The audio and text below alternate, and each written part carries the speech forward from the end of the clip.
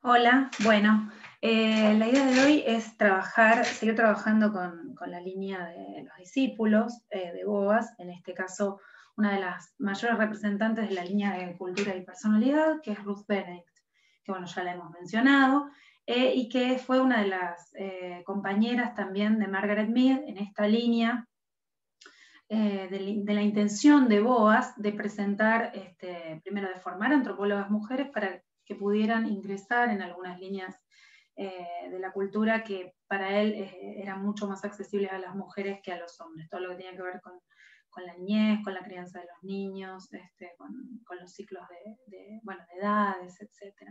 Ruth Benedict se formó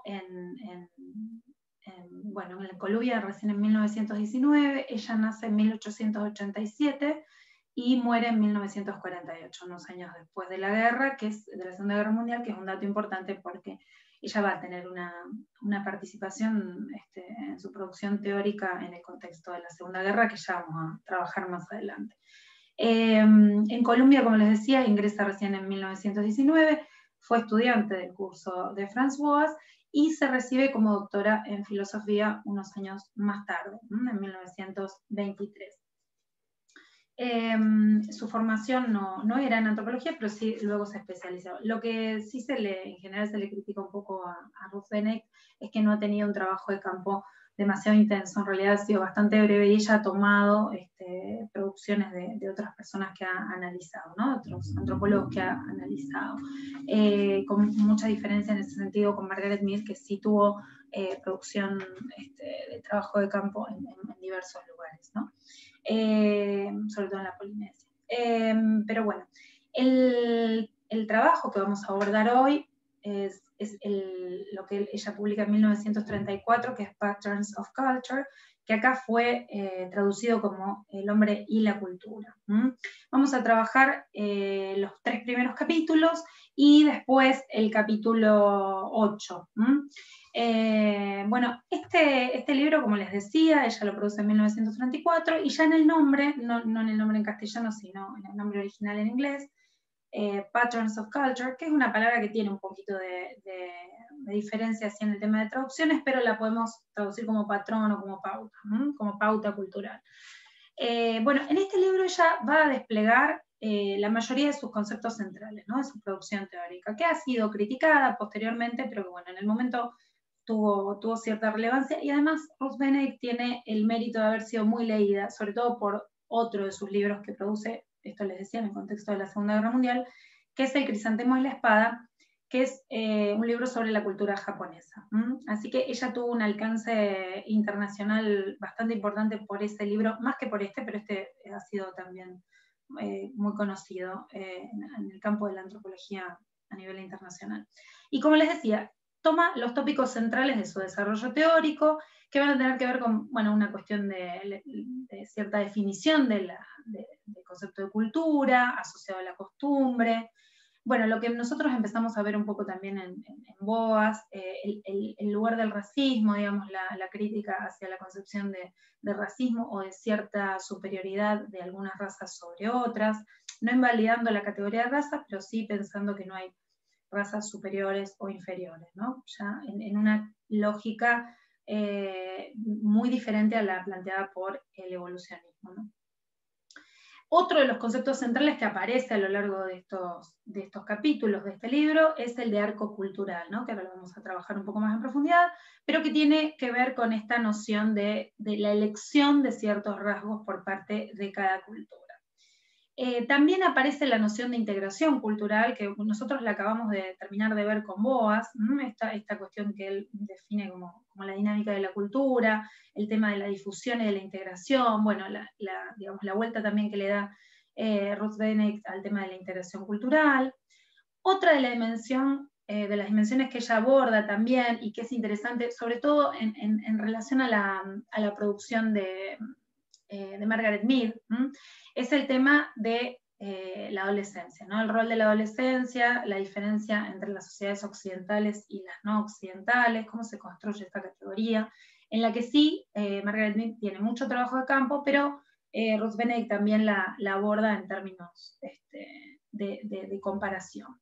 el tema de la emoción también como base de la costumbre, y bueno, lo que les mencionaba al principio, que es el que da título al libro en inglés, la cuestión del patrón cultural, la pauta cultural que organiza a la cultura, como la cultura se ordena y tiene cierta coherencia dentro de esa lógica del patrón cultural o la pauta.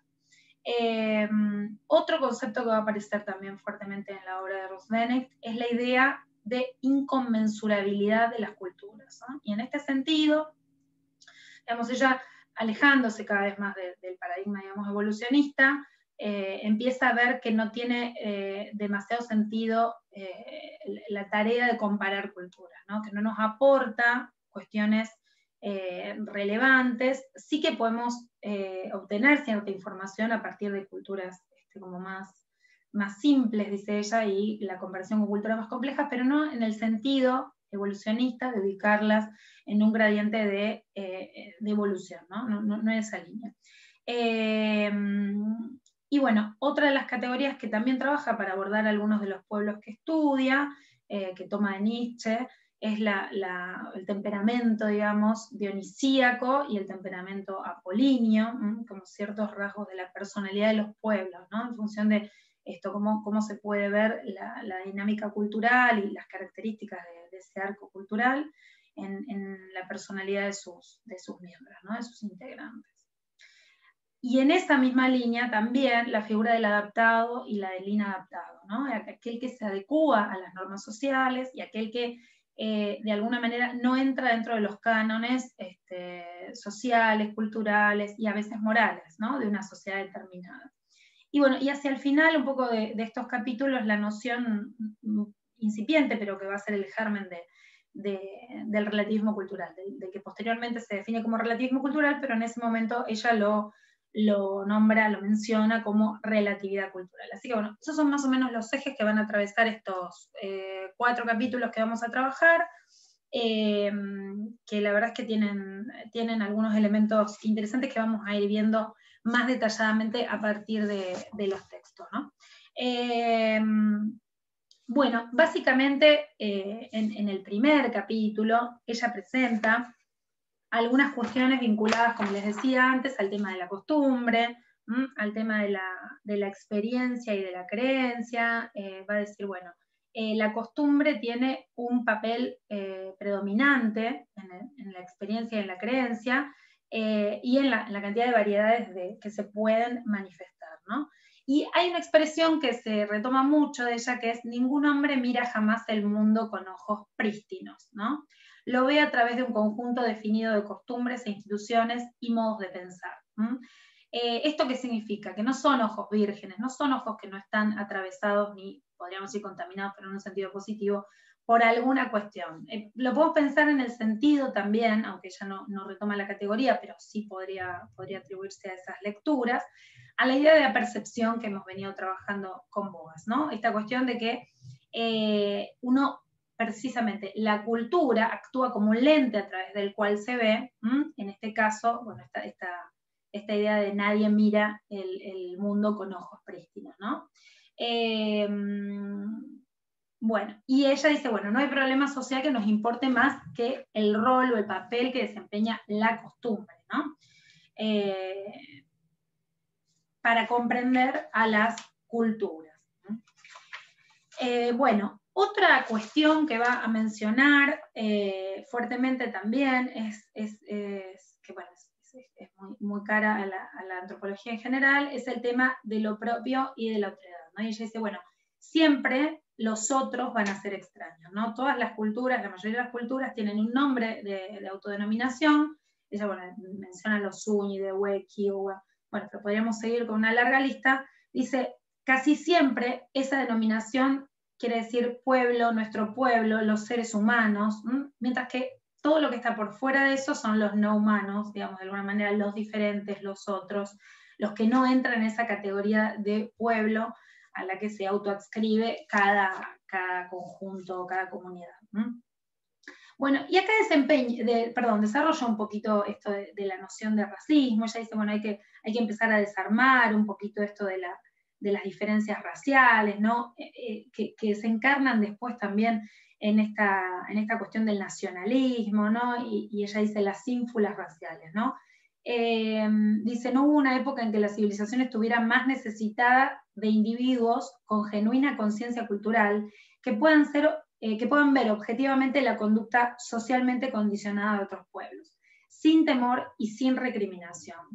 Exactamente, esta cuestión de poder observar, poder mirar, comprender otras culturas, pero sin la mirada esta que clasifica, que define que una es mejor que otra, más elevada que otra.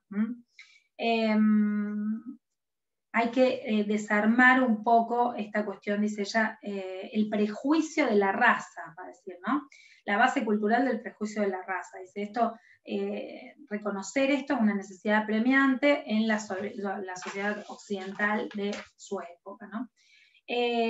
Bueno, y respecto de la noción de cultura, lo que va a trabajar un poco también es que la cultura no es un complejo transmitido biológicamente, ¿no? Este es un elemento importante porque a diferencia de, ella toma algunos ejemplos del mundo de la biología, dice, bueno, lo que la hormiga tiene, digamos, a partir de su propia información genética, digamos, y que en realidad no es aprendido, sino que es transmitido a través de la herencia genética, dice, bueno, el hombre no lo tiene, ¿no? Va a ser a través de la cultura que va a incorporar ese conjunto de costumbres, de herramientas de cómo manejarse, ¿no?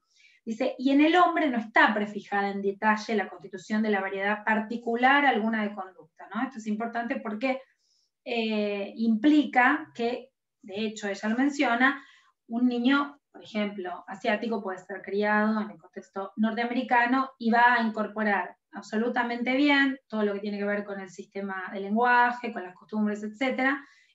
No le va a generar un problema su herencia biológica, digamos, no va a haber una ruptura ahí, ¿no? También eso es interesante porque cuestiona un poco la noción de raza, ¿no? Si esto fuera tan así, podríamos pensar que ese pasaje a otra cultura no sería tan sencillo, ¿no? Tan fácil. Bueno, y ella iba a decir, bueno, debemos aceptar todas las consecuencias de nuestra herencia humana, de las cuales una de las más importantes es el alcance reducido de la conducta biológicamente transmitida y el papel enorme del proceso cultural de la transmisión de la tradición. Dice, la segunda respuesta de la antropología al alegato del purista racial se refiere a la naturaleza de la herencia. El purista racial es víctima de una mitología, pues, ¿qué es una herencia racial? Fíjense que es interesante porque ella también escribe este libro en el periodo de entreguerras, ¿no? Muy cercano al inicio de la Segunda Guerra Mundial, y ya está el germen del racismo muy fuertemente, ¿no? Ya había sido parte incipiente dentro de la Primera Guerra Mundial y empieza a aparecer con más virulencia, por supuesto, en la Segunda Guerra Mundial. Y ella está ahí desde el punto de vista teórico tratando de desarmar un poco esta noción con la que ya vos venía trabajando. Como decimos, no invalidando la noción de raza porque hasta ese momento no había de ninguna manera estudios biológicos que pudieran acreditar que las razas no existían, como sí los tenemos ahora desde el punto de vista genético, pero sí tratando de limitar un poco esta cuestión de la preponderancia de una raza o de una civilización o de un pueblo sobre otro, ¿no? En ese sentido, el aporte de esta corriente cultural es muy importante, ¿no? Para empezar a romper un poco con ese mito del racismo y de la superioridad racial sobre todo, y esto del purismo racial, ¿no? Que ella también menciona, que lo podemos ver encabezado en digamos, la ideología de Hitler de la Segunda Guerra Mundial, ¿no? Esto de la raza aria, bueno. Dice, lo que realmente ata a los hombres entre sí es su cultura, las ideas y las normas que tienen en común. Si una nación, en vez de elegir un símbolo como la herencia sanguínea común para convertirlo en grito de guerra, presta su atención más bien a la cultura que une a su pueblo, subrayando sus méritos mayores y reconociendo los diferentes valores que se pueden desarrollar en una cultura distinta, habrá reemplazado un símbolo engañoso, peligroso, en consecuencia, por un pensamiento realista. Fíjense cómo va tratando de alguna manera de construir esto, una idea más fuerte respecto de la cultura, de la herencia, digamos, la transmisión de la cultura, en detrimento de la base biológica, ¿no? Bueno, y en el pensamiento sobre lo social, dice, es necesario el reconocimiento de las formas culturales, ¿no? Y este es el eje, digamos, de este volumen, va a decir ella, de este libro, ¿no? Y va a señalar esta cuestión que de alguna manera también retoma de Boas, la forma corporal o la raza es separable de la cultura. Y para nuestros fines, dice, puede tranquilamente ser dejada de lado. Dice, para clasificar cualquier conducta como instintiva se hace necesario mucho más que la verificación de que es automática. La respuesta condicionada es tan automática como la determinada orgánicamente. Las respuestas culturalmente condicionadas constituyen la mayor parte de nuestro inmenso equipo de conducta automática. Por eso, el material más ilustrativo para un estudio de las formas y procesos culturales es el de las sociedades que estén lo menos relacionadas históricamente con la nuestra y con cualquier otra. Fíjense que ella acá le da mucho énfasis, primero, que toda la conducta humana está culturalmente atravesada, pero además esta cuestión de estudiar sociedades que son diametralmente opuestas. En esto, tanto ella como Margaret Mead hicieron bastante hincapié en el hecho de que la confrontación con otras culturas, pero no en el término de comparación, sino más de confrontación, permitía echar luz sobre la propia cultura, ¿no? Al ver que algunas culturas se manejaban dentro de ciertos ámbitos con costumbres o patrones culturales diferentes, eso nos permitía ver que los nuestros eran igualmente arbitrarios y que no había nada de racional, digamos, en la elección de una o de otra costumbre, sino que esa racionalidad encarna en la configuración cultural, ¿no?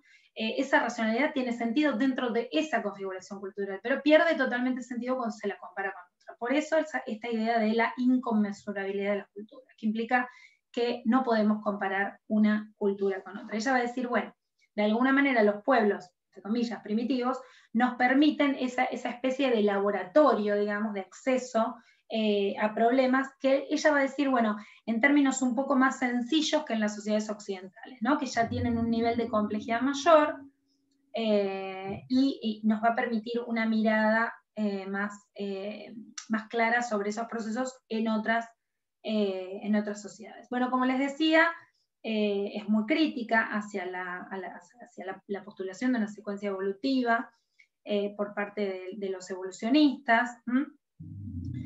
Dice, los antiguos antropólogos trataron de ubicar todos los rasgos de las diferentes culturas en una secuencia evolutiva, desde las formas más primitivas hasta su desarrollo final en la civilización occidental. Pero, dice, no hay razón para suponer que estudiando la religión australiana con preferencia a la nuestra, descubriremos la religión primordial, o que al estudiar la organización social de los iroqueses encontraremos los hábitos matrimoniales de los antiguos antepasados del hombre actual. Bueno, ustedes que seguramente tienen bastante más presente el tema de los evolucionistas a través de Taylor y Morgan, digamos, recordarán esta cuestión, ¿no? Cuando ellos hacen esa ubicación así en estadios, ¿no? En pequeños compartimentos estancos y dicen, bueno, esta forma que encontramos en los iroqueses refleja tal momento de la línea evolutiva de la humanidad. Bueno, ella se va a oponer férreamente a esto, al igual que Boas. Van a estar en contra de eso. Boas, precisamente, lo que señala, este año no llegamos a verlo, pero en algunas de las cartas que, si lo quieren ver, están subidas al Facebook,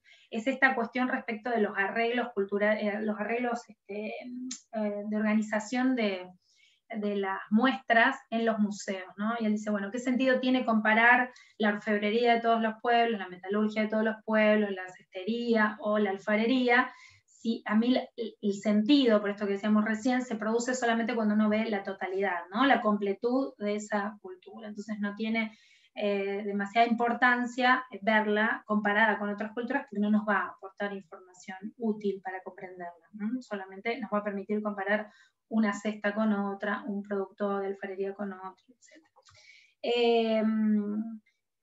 Bueno, y digamos, para entrar un poco en la noción de lo que ella va a llamar el arco cultural, esta categoría que está muy presente en su producción, ella dice que cada cultura está compuesta por un arco cultural, una elección de determinados rasgos culturales. Como, digamos, este ejemplo está tomado de la fonología.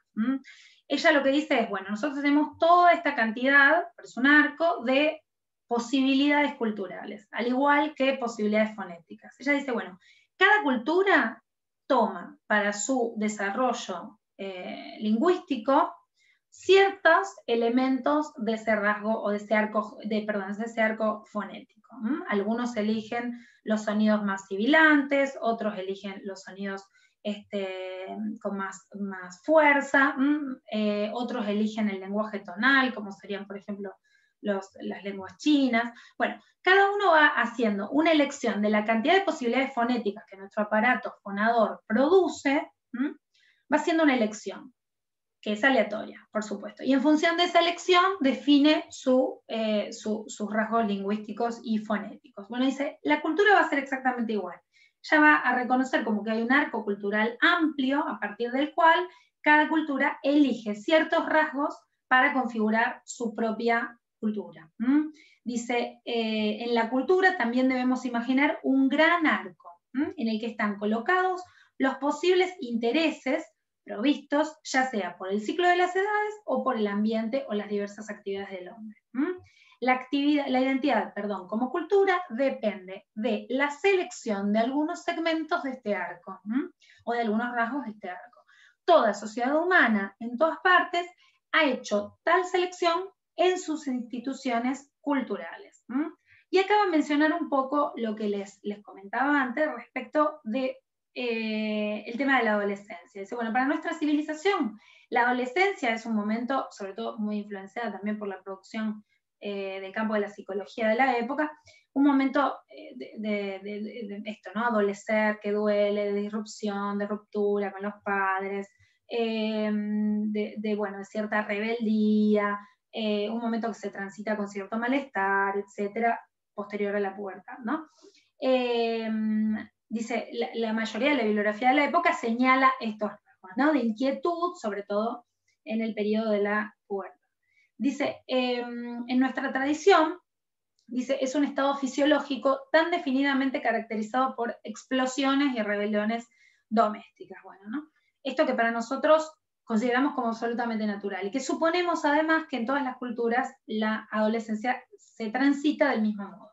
Bueno, en esto fueron muy reveladoras las investigaciones de Margaret Mead, que ustedes algo deben haber visto con Malena también en la clase de Malena.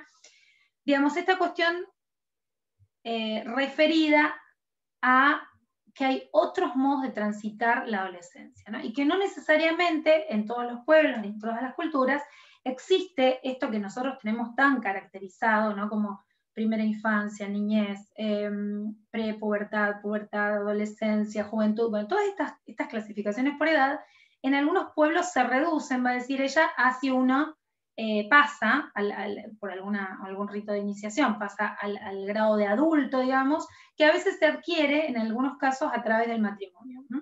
A veces es un rito que tiene que ver, un rito de pasaje, que tiene que ver con la muestra de cierto valor, etcétera, sobre todo más vinculado al mundo de lo masculino, pero en algunos casos, en las mujeres, puede llegar a tener que ver con el matrimonio, ¿no? El ingreso a la vida adulta y al conocimiento de ciertos ritos, de ciertas costumbres, etcétera, o cierta información que está solo habilitada para el mundo adulto.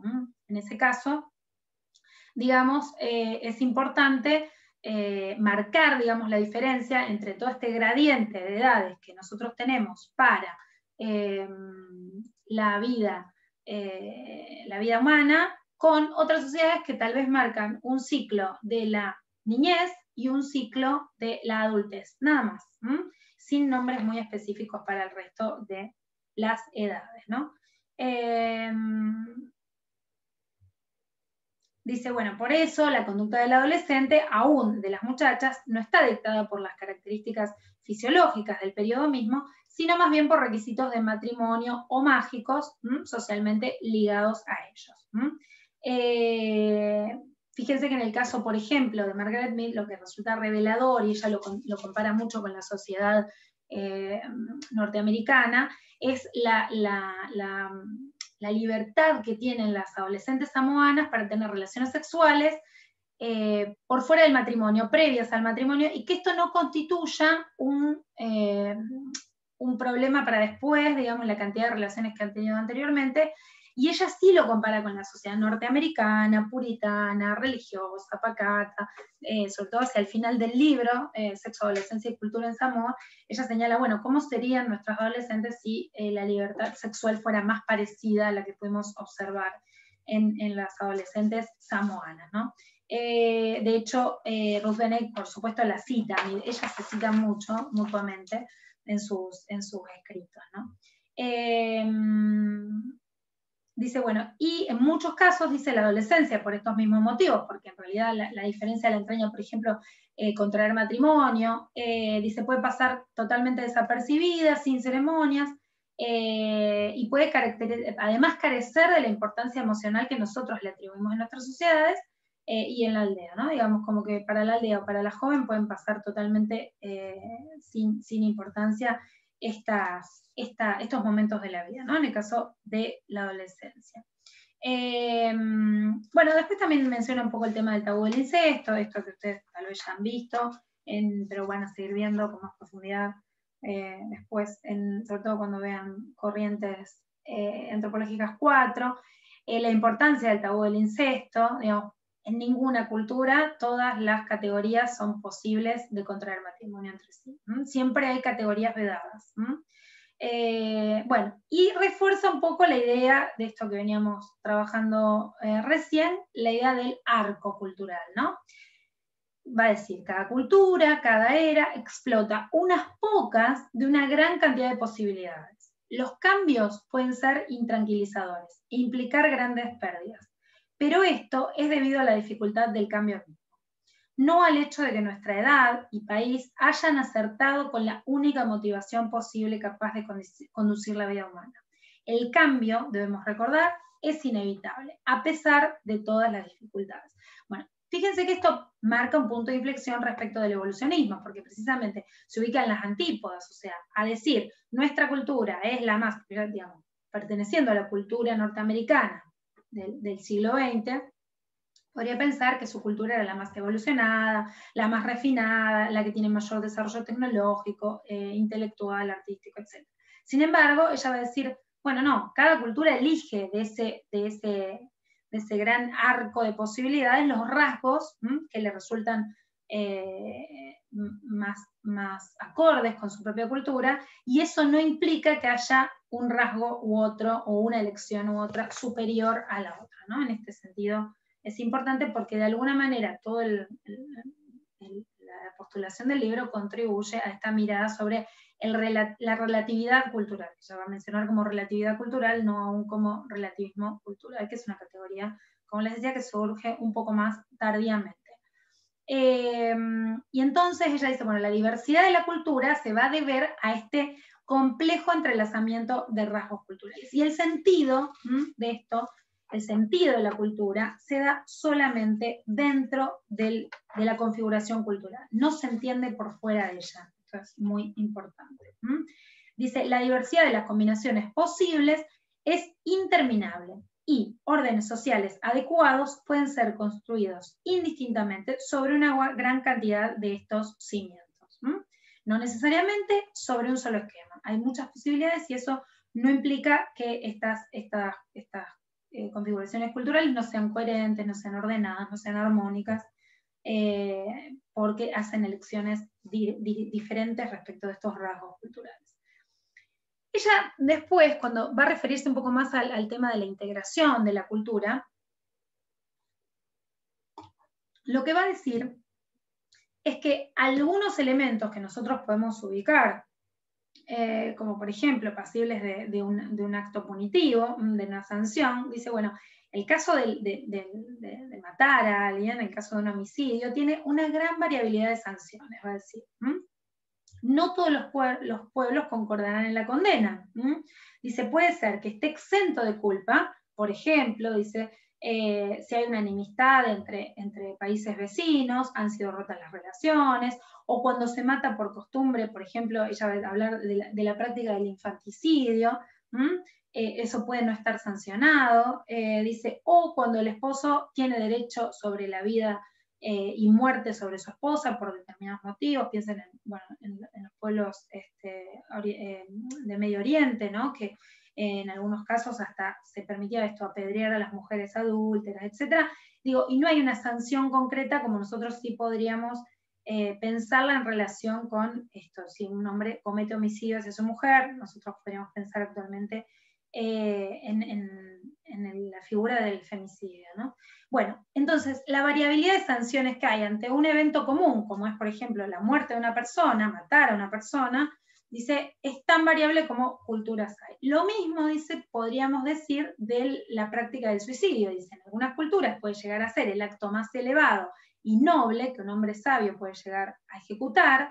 Piensen, por ejemplo, en el harakiri de la cultura japonesa, en cuanto se ha perdido un cierto nivel de honor, de dignidad, entonces la persona considera que la única salida posible, sobre todo para expiar su culpa y dejar sin culpa a sus descendientes, porque esto es una cuestión importante, es practicar un suicidio, pero que es un suicidio en términos también de limpiar el nombre y limpiar el nombre de la familia. Dice, o puede ser también, en otras culturas, un crimen punible. Dice, bueno, la significación de la conducta cultural no está agotada cuando hemos comprendido claramente que es local, hecha por el hombre y enormemente variable. Tiende también a ser integrada. Por esto, esta cuestión que les decía que acá empieza a trabajar el tema de la integración. Una cultura, como un individuo, es una pauta más o menos coherente de pensamiento y acción.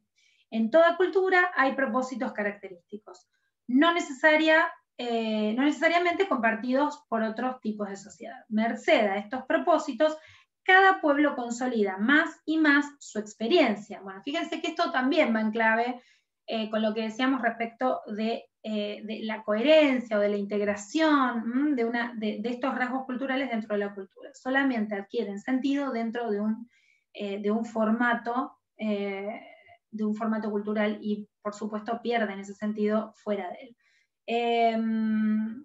Entonces, bueno, ahí ella ve un poco el tema de la integración, culturas más integradas, menos integradas. Dice, el todo no es meramente la suma de las partes, sino el resultado de un único ordenamiento y de una única interrelación de las partes que han producido una nueva entidad. Dice, no son partes aisladas, por eso, digamos, ellos se oponen tanto a la visión evolucionista, ¿no? Que también era imperante en la época, aunque en la época en que escribe Ruth Benning también hay un poco de corrimiento de ese paradigma dominante, pero todavía sigue claramente vigente, ¿no? Entonces, la suma de las partes es más, ¿no? El todo es más, no es la suma de partecitas, sino que constituye algo que supera a esa suma, ¿no? Y en ese sentido hay que tratar de comprender a la cultura como totalidad, organizada, con una configuración, con un patrón cultural que la ordena, ¿no? Bueno, dice, lo que ha ocurrido en los grandes estilos artísticos ocurre también en las culturas como conjunto.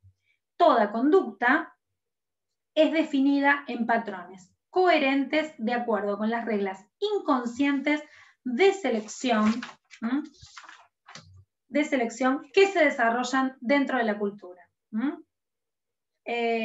Bueno, y ahí también nuevamente critica un poco al evolucionismo, menciona a la rama dorada, que ustedes deben haber leído, dice, bueno, y dice este estudio, la rama dorada, y los habituales volúmenes etnológicos comparativos, dice, son exámenes analíticos de rasgos e ignoran todos los aspectos de la integración cultural.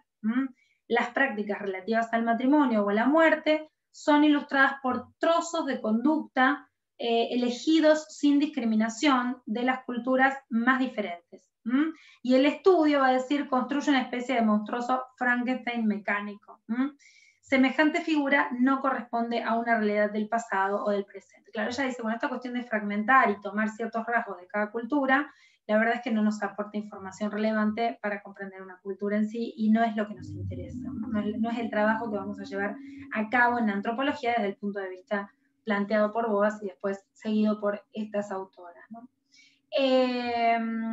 Bueno, dice, si nos interesan los procesos mentales, solo podremos satisfacer nuestro interés relacionando el símbolo particular con la configuración total del individuo. Dice, si estamos interesados en procesos culturales, el único modo en que podemos conocer la significación de un detalle dado de conducta consiste en ponerlo en relación con el fondo de los motivos, emociones y valores instituidos en esa cultura. Lo más esencial, así parece hoy estudiar la cultura viviente. Bueno, y ahí critica un poco a Malinowski, que ustedes lo van a ver el año que viene en Corrientes 3. Dice, bueno, pero algo por ahí han visto ya, dice Malinowski hace un estudio funcional de la cultura.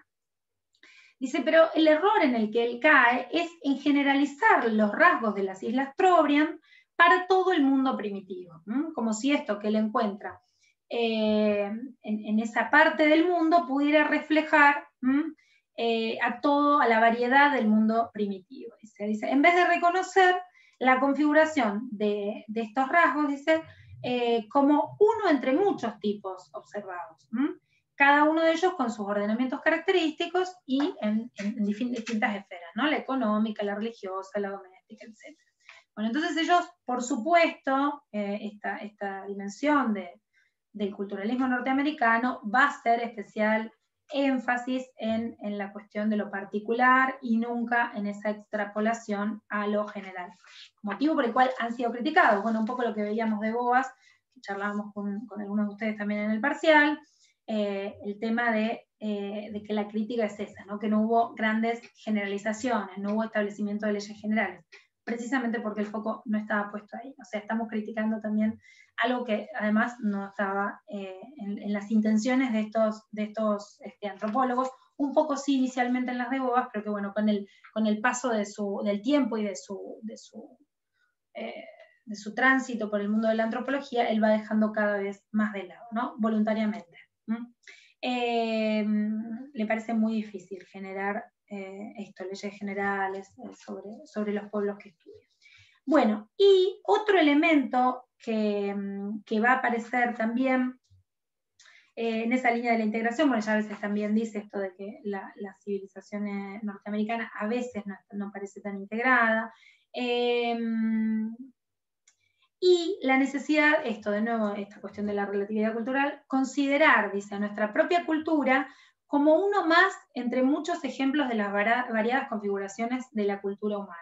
No pensar que el nuestro es un ordenamiento que es el típico o el mejor, sino que es uno más entre los posibles, ¿no?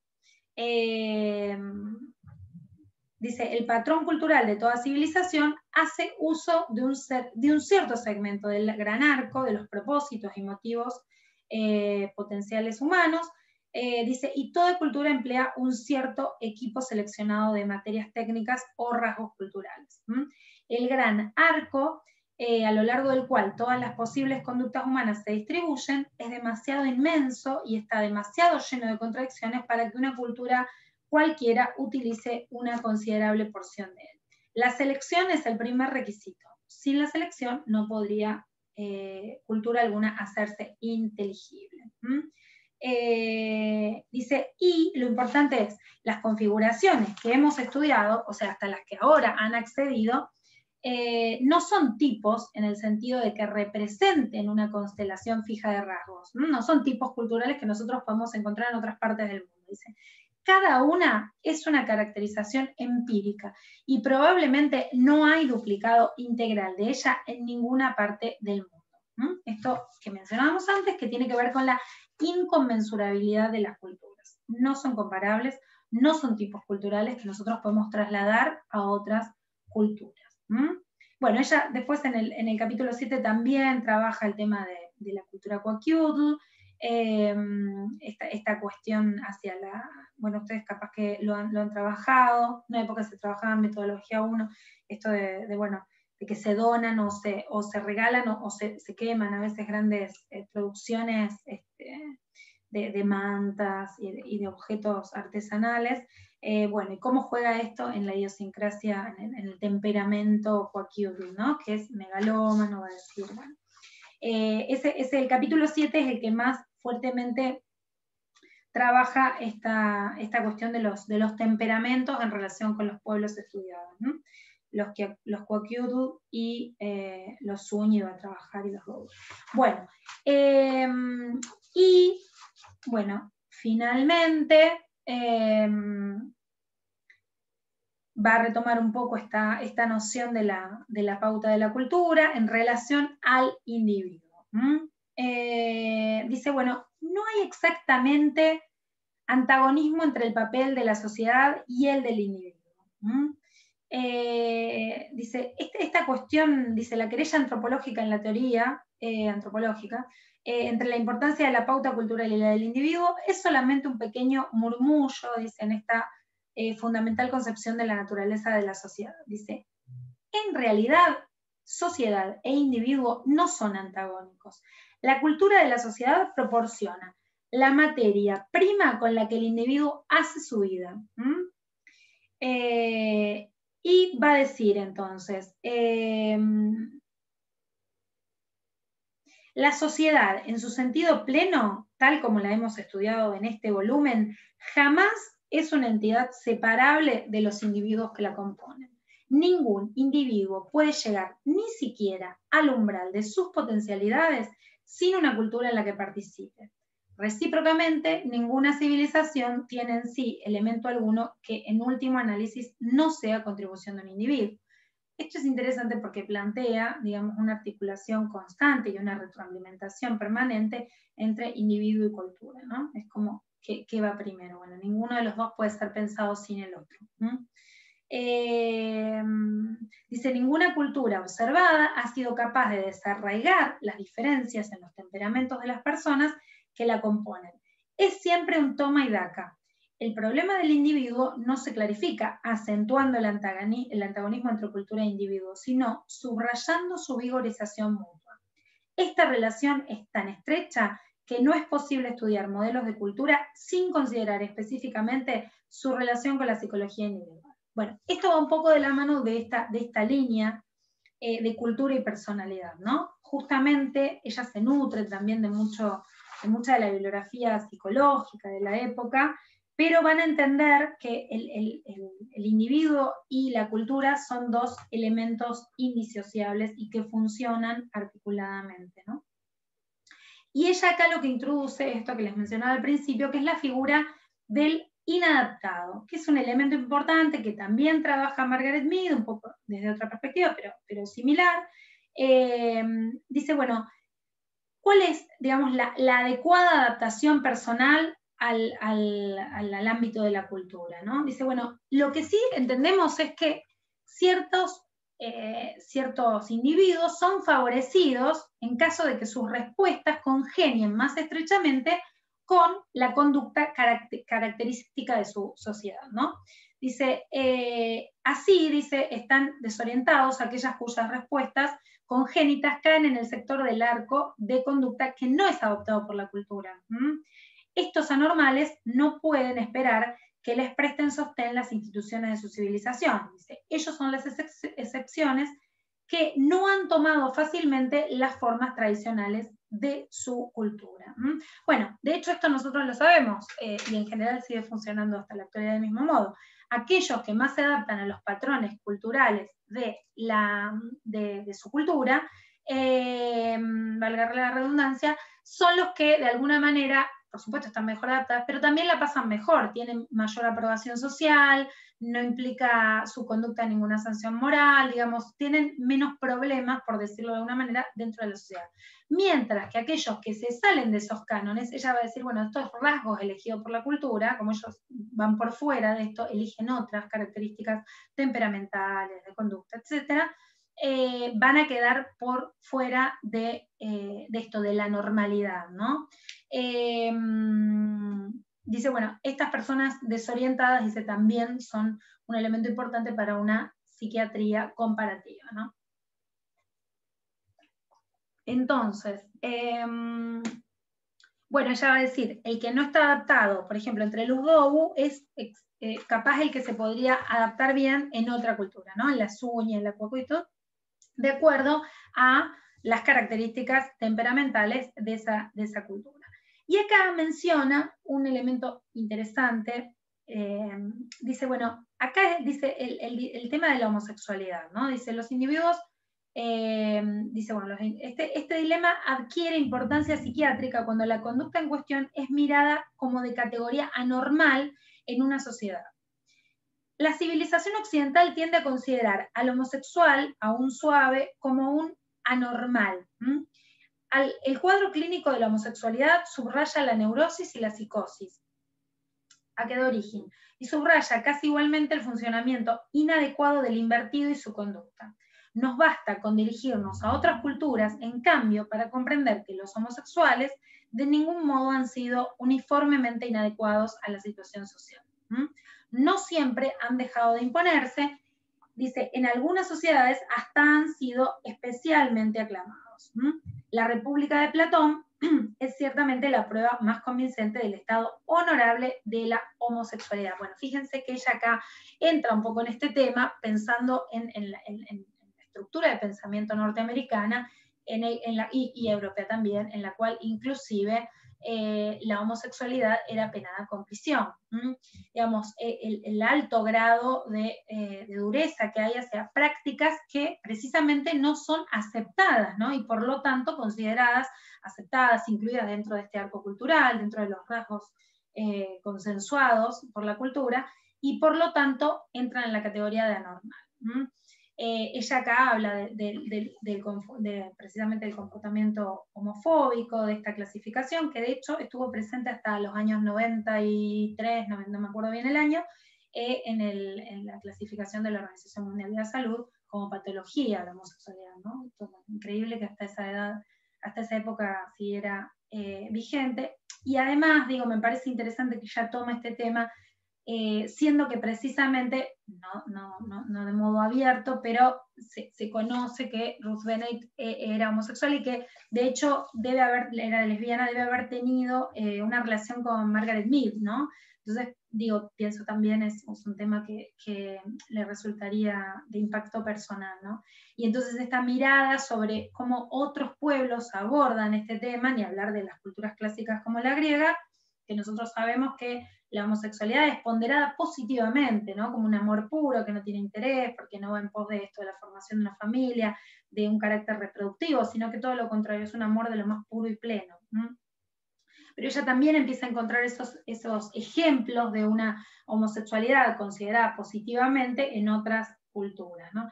Y ella trabaja entre la figura del verdace, entre los indios norteamericanos, y va a decir, bueno, acá la figura del verdace es como una especie de mujer trans, ¿no? Es un hombre que se viste como mujer, que adquiere hábitos de mujer, y que de hecho no está mal ponderado en la sociedad. La particularidad de esta figura es que el que sí está mal conceptuado es aquel hombre que se hace cargo, que forma pareja con esta mujer trans, con este verdace, que es, ¿por qué? Porque se le considera vago, ¿no? Porque el verdace, aparte de tener en condiciones toda su casa, tenerla como muy arreglada, dedicarle mucho tiempo a eso, al cuidado del hogar, también se dedica a todas las actividades de casa que son potestad del género masculino en esas sociedades, ¿no? En los indios de la llanura, va a decir ella.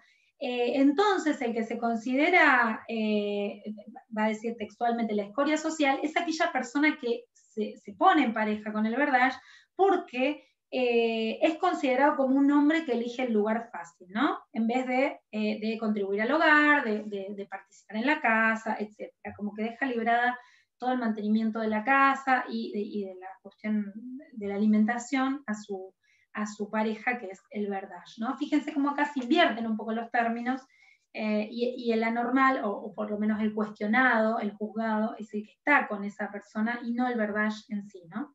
No la persona que decide voluntariamente mutar, cambiar de género, ¿no? Dice, bueno, la posible utilidad de los tipos anormales en una estructura social, cuando son tipos culturalmente seleccionados por ese grupo, se comprueba en cualquier parte del mundo, digamos. Esta cuestión de que también nos sirve para comprender la cultura lo que queda por fuera de la cultura, lo que queda como inadaptado, como anormal, nos da una pauta de lo que sí es adaptado, lo que sí es normal, lo que sí se considera dentro del patrón cultural de determinada sociedad, ¿no? Bueno, y ella ahí también compara, Ruth Benedict hace siempre ese ejercicio, ¿no? De comparación con la propia sociedad, y dice, bueno, la cuestión en Norteamérica es otra, ¿no? Es pensar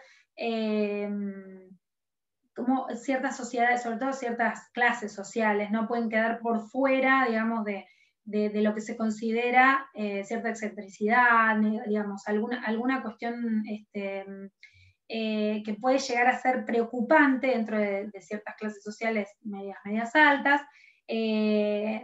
También lo que cae por fuera de la pauta cultural, por fuera de la norma, ¿no? Como que la sociedad se cuida mucho, ciertas partes de la sociedad, por no incursionar en esos ámbitos en los cuales pueden quedar afuera, ¿no? Pueden ser juzgados, y a veces es importante tener en cuenta esto porque, digamos, no siempre es la sanción penal, ¿no? El juicio moral, ustedes lo saben, la sanción moral a veces es inclusive más intensa, más fuerte que la sanción penal. A veces no hay un tipo penal para sancionar determinada conducta, pero sí hay otras modalidades que son tan fuertes e inclusive más como por ejemplo un escrache, como bueno, ese tipo de modalidades que pueden llegar a impactar más en una persona o dejarlo excluido de ciertos círculos sociales, ¿no? Por determinada conducta. En algunas clases sociales eso puede llegar inclusive a ser peor que una sanción penal.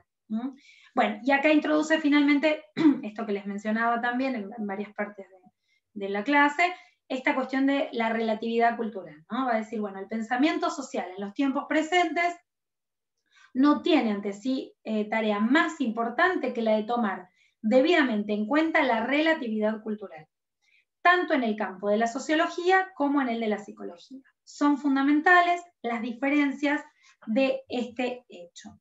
Así que bueno, cerramos con esto. Esto sería Ruth Benedict, vayan a leerla, tiene una lectura bastante amena, creo que no les va a generar demasiado problema. Bueno, y nos estaremos viendo en la próxima clase. Un abrazo, un saludo grande para todos.